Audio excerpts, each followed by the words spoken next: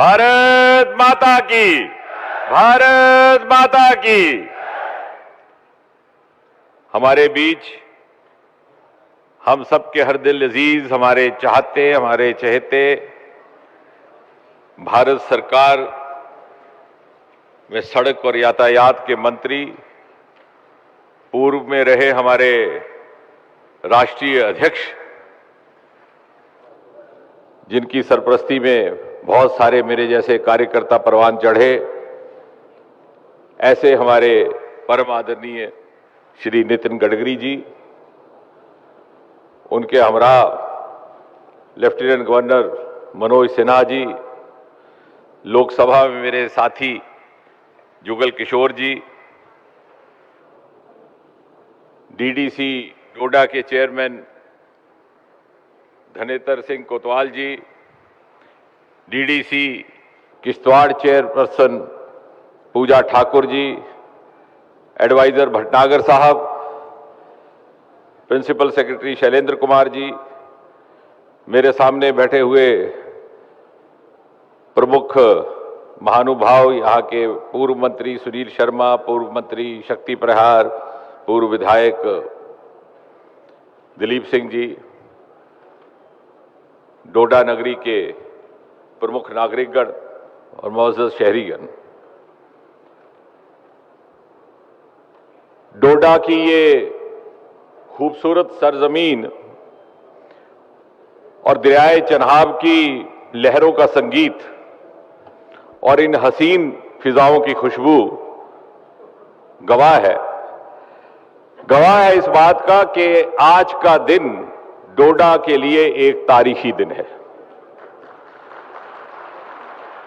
आज के दिन 24 नवंबर 2021 में एक ऐसा दिन जो ना कभी डोडा ने देखा ना सुना,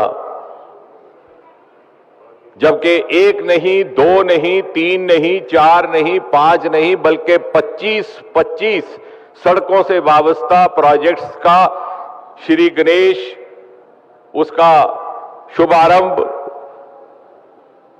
उसका आगाज होने वाला है। और ये काम अंजाम देने के लिए कोई और नहीं, भारत सरकार के एक वरिष्ठ मंत्री, one of the tallest union ministers Nitin Gadkari ji खुद दिल्ली से चलकर हमारे बीच तशरीफ फरमा है। और सबसे पहले तो मुझे उनका शुक्रिया अदा करना है। बहुत मसरूफियात थी। आज भी कैबिनेट मीटिंग 12:30 बजे खत्म हुई। इसके बाद प्रोग्राम के फौरन बाद उन्हें नागपुर जाना है। महज 3 घंटे का वक्फा था। जब ये बात आई कि ये प्रोग्राम कहां मुनक्कद हो, तो मैंने ही उनसे गुजारिश की कि चूंकि ज्यादातर प्रोजेक्ट अर्स्टवाइल डोडा खित्ते से हैं, इसलिए ये प्रोग्राम मुनासिब यही होगा कि डोडा में आयोजित किया जाए, डोडा में मुनक्कद हो। और मैं शुक्रगुजार हूं कि 3 घंटे का वक्त निकाल करके और कैबिनेट मीटिंग से निकल करके नागपुर जाते हुए रास्ते में वो डोडा पहुंचे।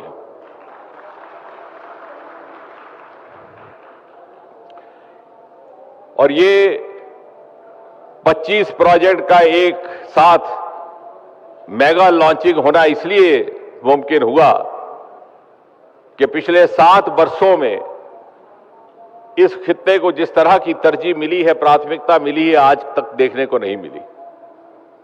और इसके पीछे का राज ये कि जब आपने देखा, जिस दिन श्री नरेंद्र मोदी जी ने इस मुल्क की कमान संभाली, तो 26 नवंबर 2014 के बाद प्रधानमंत्री बनने के साथ साथ ही उन्होंने ये बात कही थी कि मुल्क के वो हिस्से, वो क्षेत्र, वो खित्ते जो कहीं ना कहीं पिछड़ गए, जो पिछली सरकारों की ओर से नजरअंदाज हो गए, जिनको वो तवज्जो नहीं मिली जिसके वो हकदार थे, उन खित्तों को, उन क्षेत्रों को, उन इलाकों को तरक्की याफ्ता क्षेत्रों, रियासतों की सतह पर ला करके खड़ा करना हमारा सबसे बड़ा प्राथमिकता रहेगी, प्रायोरिटी रहेगी। और इस तरह से ये सफर शुरू हुआ, ये संकल्प से सिद्धि की यात्रा और तरक्की के कामों की झड़ी लग गई। कभी सोचा था किसी ने कि खिलैनी से एक नया नेशनल हाईवे निकलेगा और गोवा से होता हुआ सुधमादेव निकलेगा? खिलैनी तक पहुंचना ही दुश्वार था। कभी सोचा था कि लखनपुर से निकल करके बन्नी बसोली होता हुआ छत्तरकला के पहाड़ को लांघता हुआ एक सुरंग के बीच में से गुजरता हुआ एक नया नेशनल हाईवे डोडा भद्रवाह पहुंचेगा? और कभी सोचा था कि काल जुगार के इस पहाड़ में महज 6 किलोमीटर का एक टनल सुरंग बनेगी जो डोडा और भद्रवाह को हिमाचल चंबल के साथ, चंबा के साथ जोड़ देगी?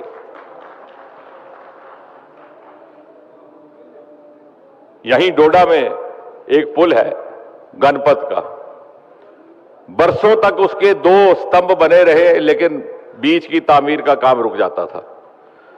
2014 से पहले ये शिकायत भी रहती और ये लतीफा भी बड़ा मशहूर हुआ कि ये इन 2 स्तंभों का मिलन कब होगा। ये मिलन भी इन्हीं 7 सालों में हुआ है, क्योंकि हमने वो जमाना भी देखा कि डोडा से भद्रवाह जाते तो दिल को ये खौफ सताता कि कहीं ऐसा ना हो रास्ते में बारिश हो तो वापस लौटना मुश्किल हो जाए। आज मखमल की तरह सड़क है, 35 मिनट में महज आप भद्रवाह पहुंच जाते हैं। किश्तवाड़ सड़क के जरिए एक जमाने में पहुंचना दुश्वार था, आज किश्तवाड़ में हवाई अड्डा बनाया जा रहा है। कभी किसी ने मांग की थी, कभी किसी ने कल्पना की, कभी तसव्वुर किया? वो कल्पना और तसव्वुर से दूर लगता था, इसलिए मांग भी किसी ने नहीं की कि किश्तवाड़ में हवाई अड्डा बनाया जाए। और जहां एक और NHIA, NHDCL के काम हुए, वहीं साथ ही साथ रूरल डेवलपमेंट मिनिस्ट्री की ओर से, जिसका आगाज भी एक जमाने में गडकरी जी के ही हाथों से हुआ था, PMGSY की सड़कों के जरिए दूर दूर के गांव और देहातों को जोड़ दिया गया। और मुझे फख्र है इस बात का कि जो लीडरान 70-70 साल यहां से मुंतखब होकर के गए और मंत्री बने रहे, उनके गांव और देहातों को भी सड़क से जोड़ने का काम हमारे हिस्से में आया। आजादी के 70 साल के बाद गंढोह में सबसे पहला डाकखाना बनाने का काम मोदी सरकार ने किया, और वहीं पर स्टेट बैंक ऑफ इंडिया की पहली ब्रांच भी खोलने का काम आज से 3 बरस पहले हुआ। जो कभी सोचा नहीं था, जो मांगा नहीं था, वो मोदी सरकार ने हमको दिया है। यहां हमारे करीब भद्रवाह में हिंदुस्तान का सबसे पहला national institute of high altitude medicine, महज एक लोकसभा हल्का पूरे हिंदुस्तान में जहां 1 नहीं, 2 नहीं, 3 मेडिकल कॉलेज मरकज ने दिए, उसमें से एक डोडा में भी था। किश्तवाड़ में आयुर्वेदिक कॉलेज, और अभी हमारे गिरदोनवा जिसका जिक्र लेफ्टिनेंट गवर्नर कर रहे थे, लेवेंडर की खेती का काम, जिसकी चर्चा, जिसका जिक्र सारे हिंदुस्तान में आज हो रहा है, पर्पल रेवोल्यूशन, उसका आगाज भी भद्रवाह से हुआ। रोजगार के नए आयाम खुले हैं। कम से कम 3 B.Tech किए हुए लड़कों ने अपनी कंपनियों से नौकरियां छोड़ दी। एक MBA बंगलौर से आया है इस काम को करने के लिए। ये एक नया स्टार्टअप का काम शुरू हुआ है, जिसका रास्ता दिखाया जिला डोडा ने। आज गुजरात से यहां बच्चे आ रहे हैं उस खेती बाड़ी के बारे में सीखने के लिए, और गुजरात में भी उसी तरह का काम शुरू करने की वो मंसूबा बना करके आए हैं। अब सोचिए कि यहां के मीडिया ने उसको कवर करने के काबिल नहीं समझा, लेकिन उससे कोई फर्क नहीं पड़ता, क्योंकि एक फ्रांस की टीवी चैनल दिल्ली से आई, उसकी डॉक्यूमेंट्री बना करके गई और सारी दुनिया में वो घूम रही है। और ये इतने सारे जब काम हुए हैं, हमारे आलोचक जो भी कहें, मुखालिफ जो भी कहें, और उनके साथ हमदर्दी रखने वाले उनके कुछ मीडिया के दोस्त जो भी कहें, मुझे यकीन है एक दिन तारीख साज इस सवाल का जवाब जरूर ढूंढेंगे कि 70 साल जिन पार्टियों को आपने मुंतखब करके यहां से भेजा, जिन लीडरों को यहां से मुंतखब करके भेजा, और कोई ऐसा दौर ना गुजरा जब डोडा का एमएलए कोई अहम पद पर मंत्री मिनिस्टर ना रहा हो रियासत में या मरकज में। और फिर ये क्यों कर हुआ कि उनके घरों तक रास्ता बनाने का काम भी हमने किया।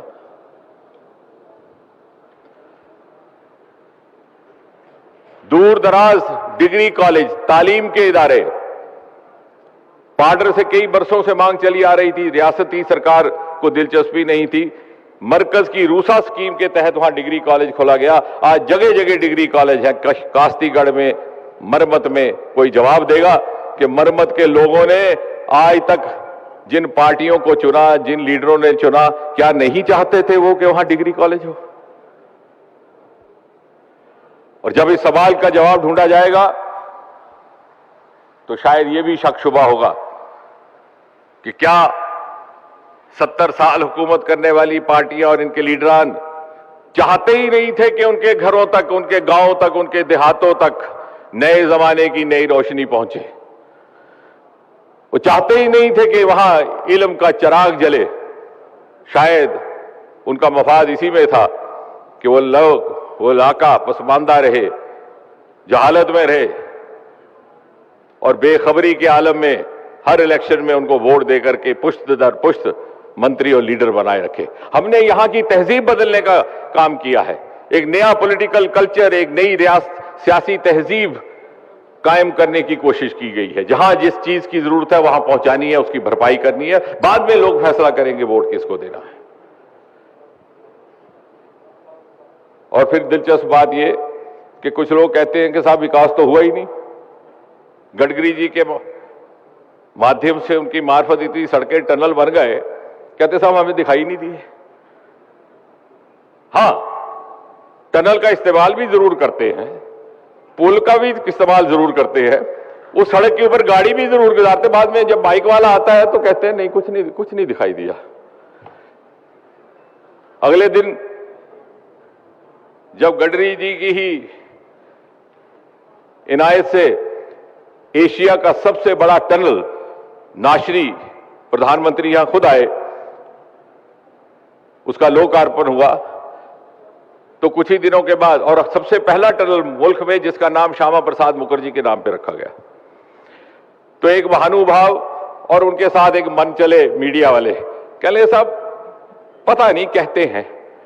तो मैंने कहा साहब आप तो 1.5 घंटे का सफर बचाने के लिए उसी टनल में से होकर आए हैं, तो क्या आंखें बंद करके चले? खुदा ना करे आंखें बंद करके कहीं हादसा हो जाता तो क्या होता? तो खुदारा अगर रत्ती भर भी जमीर है तो कम से कम उन टनलों और पुलों और सड़कों का इस्तेमाल करना तो बंद कर दीजिए जो आपको दिखाई नहीं देती। जब आप उनके होने को ही तस्लीम नहीं करते तो किस जमीर और किस अंतरात्मा से उसका इस्तेमाल करते हैं? और फिर कोई हादसा हो जाए, बिना देखे हुए गुजरे, तो खुदा हाफिज है। लेकिन हमें इस बात का फक्र है, तसल्ली है, गर्व है कि जिन लोगों के लिए सारे तामीर के काम हो रहे हैं उन लोगों तक ये पहुंच रहे हैं, उनको फायदा भी हो रहा है, वो तस्लीम भी कर रहे हैं और वो हमारी हौसला अफजाई भी कर रहे हैं। 2019 के चुनाव में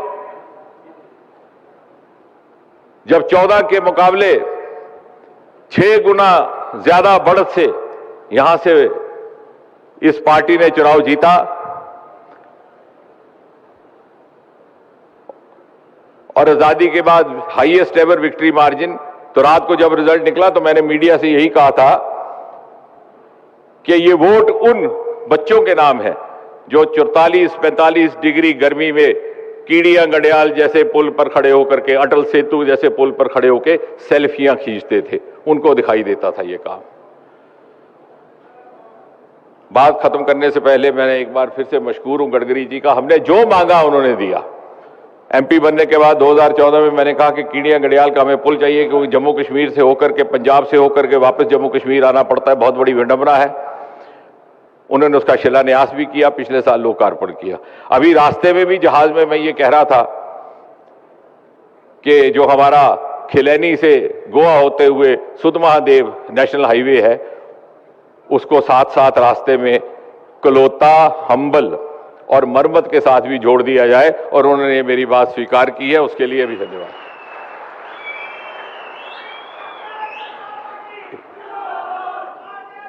इसी तरह तरक्की का ये दौर चलता रहे, मोदी जी की मेहरबानी बनी रहे, गडकरी जी की सरपरस्ती हम पर रहे, और हम इस काबिल रहे, परमात्मा हमें इतनी क्षमता दे, इतनी तौफीक दे, इतनी कुव्वत दे कि हम इस इलाके को, इस खित्ते को, यहाँ के अवाम को अपनी खिदमत, अपनी सेवाएं हमेशा समर्पित करते रहें, वक्फ करते रहे। यही कहकर के एक बार फिर से बहुत बहुत अभिनंदन।